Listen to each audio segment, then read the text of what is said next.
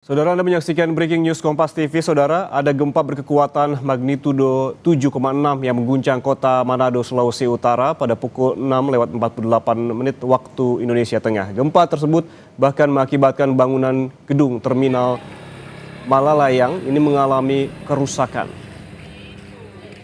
Tampak dari visual saudara, sejumlah tiang penyangga ini roboh dan juga kaca gedung pecah akibat gempa. Warga yang panik segera keluar dari dalam gedung guna menyelamatkan diri.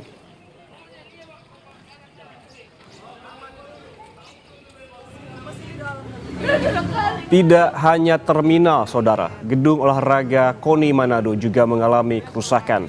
Satu orang dilaporkan jadi korban tertimpa material gedung olahraga KONI Manado. Sesaat gempa terjadi, korban selanjutnya dibawa ke Rumah Sakit Bayangkara Manado. Ada korban jiwa. Oh Tuhan, Deja, kasihan Deja. Lebih lengkap terkait gempa magnitudo 7,6 yang menimpa Sulawesi Utara, kita tanyakan langsung kepada Humas Basarnas Manado, Nuryadin Gumeleng. Pak Nuryadin, selamat pagi. Selamat pagi, Bang.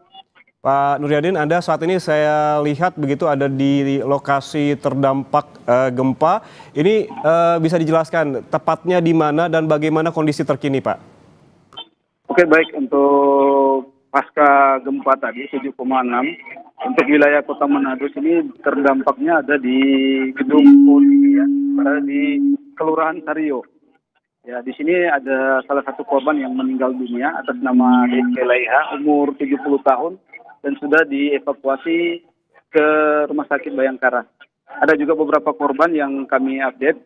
Di sini ada Rini Parlan yang lompat dari studio Pelangi.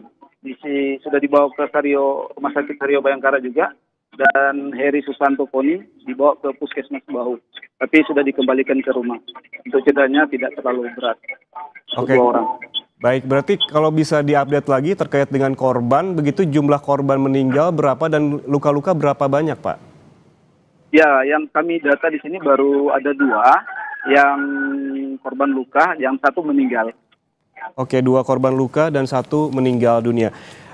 Ketika terjadi, kami lihat begitu di visual yang ditayangkan di layar kaca, itu ketika gedung ini runtuh ada beberapa orang yang di sekitar lokasi begitu. Bisa dijelaskan, Pak, apakah ketika gempa terjadi di gedung Komite Olahraga Nasional Indonesia Manado ini, siapa saja yang berada di dalam ataupun di sekitar gedung?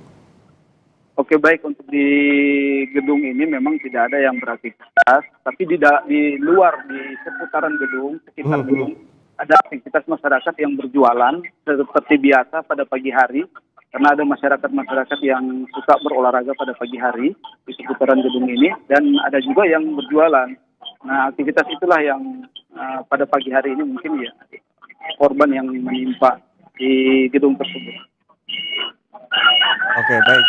Pak Nuryadin, apa upaya yang dilakukan pada saat ini? Apakah masih dilakukan penyisiran? Apakah kemungkinan ada korban begitu ya lainnya di balik keruntuhan gedung ini, atau upaya apa lagi yang dilakukan oleh pihak Basarnas di lokasi kejadian saat ini? Baik, kami tetap menghimbau kepada seluruh masyarakat untuk tetap waspada, hati-hati selama belum dicabut mungkin ya informasinya untuk tsunami. Dan ada beberapa daerah memang seperti di daerah Bitung, Mitra, dan di daerah pesisir lainnya ada beberapa masyarakat yang sudah melakukan evakuasi mandiri. Dan untuk wilayah Kota Manado sendiri, masyarakat sudah beraktivitas seperti biasa, Pak. Oke, Pak Nuryadin, ketika ada informasi dan juga gempa terjadi di Sulawesi Utara, bagaimana koordinasi terkait dengan penugasan dari Basarnas begitu untuk memaksimalkan penyelamatan dari korban? Baik, kami sendiri dari Basarnas sudah berkolaborasi dengan instansi terkait seperti TNI, Polri, BPBD, dan teman-teman potensi lainnya. BMKG juga kami berkoordinasi terkait informasi, sudah berkolaborasi dan saling memberikan informasi di lapangan, dan sampai saat ini teman-teman dari TNI Polri lagi akan melaksanakan pembersihan puing-puing yang ada di gedung KONI.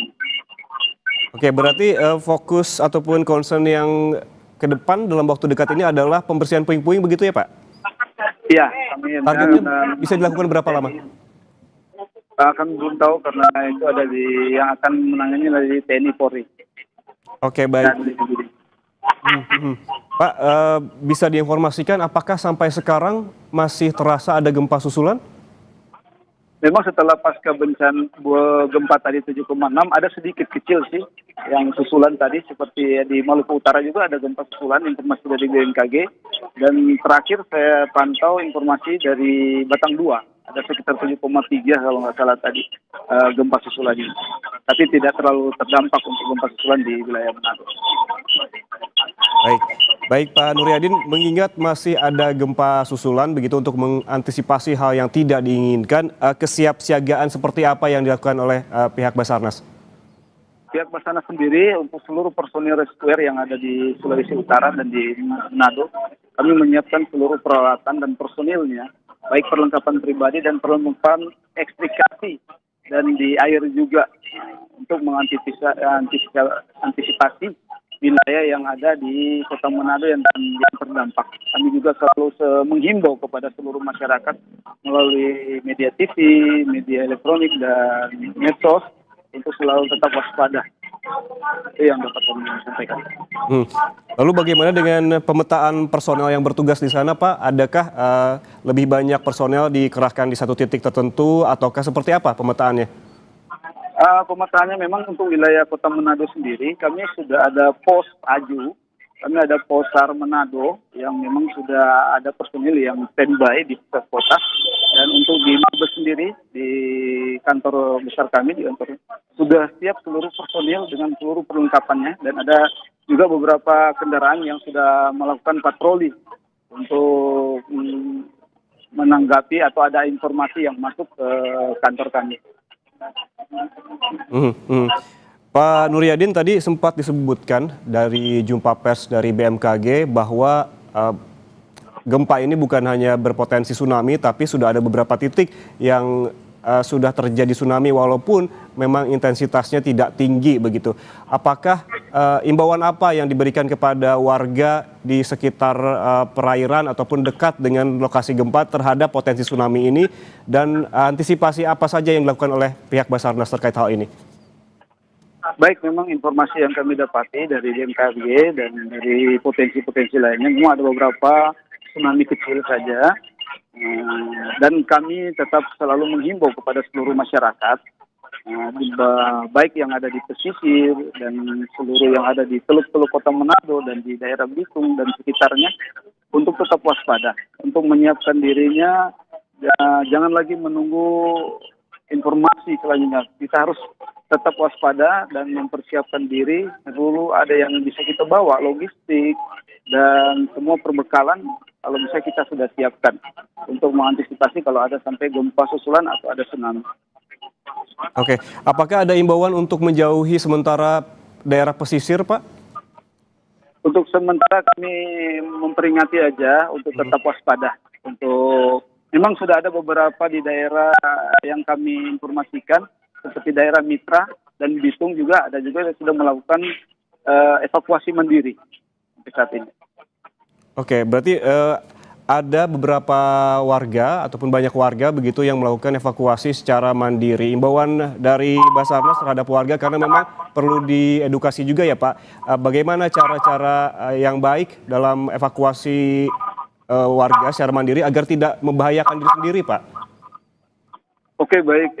Untuk evakuasi mandiri ini perlu kita ketahui, yang pertama jalur dulu, akses yang akan kita lalui, tujuan yang akan kita lalui nanti untuk yang tentunya ke daerah yang lebih tinggi tentunya. Namun sebelum kita mendapati akses itu, kita harus siapkan dulu logistik apa yang kita bawa. Jangan sampai kita tidak membawa logistik, karena dikhawatirkan atau terjadi tsunami misalkan, ya kita sudah siap dengan beberapa hari. Jangan sampai kita tidak siap, kita kehabisan makanan, kelaparan, kehausan. Jadi jangan lupa membawa logistik Dan keluarga tentunya harus dibawa juga. Jangan sampai lupa di rumah. Keluarga anak-anak kita dibawa. Nah, hati-hati dalam berkendara tentunya, jangan sampai panik. Cari titik-titik jalur evakuasi yang sudah ditentukan di daerah tersebut. Yang tentunya kita harus mencari daerah-daerah ketinggian yang bisa kita jangkau. Oke, baik, kesiapsiagaan juga diperlukan bukan hanya oleh tim Basarnas dalam penyelamatan, tetapi juga bagi warga memang yang hendak melakukan evakuasi secara mandiri perlu diketahui bagaimana tata laksananya yang betul begitu agar tidak membahayakan diri sendiri. Terima kasih Humas Basarnas Manado Nuryadin Gumeleng atas waktunya bersama kami di Breaking News Kompas TV. Sehat selalu, Pak.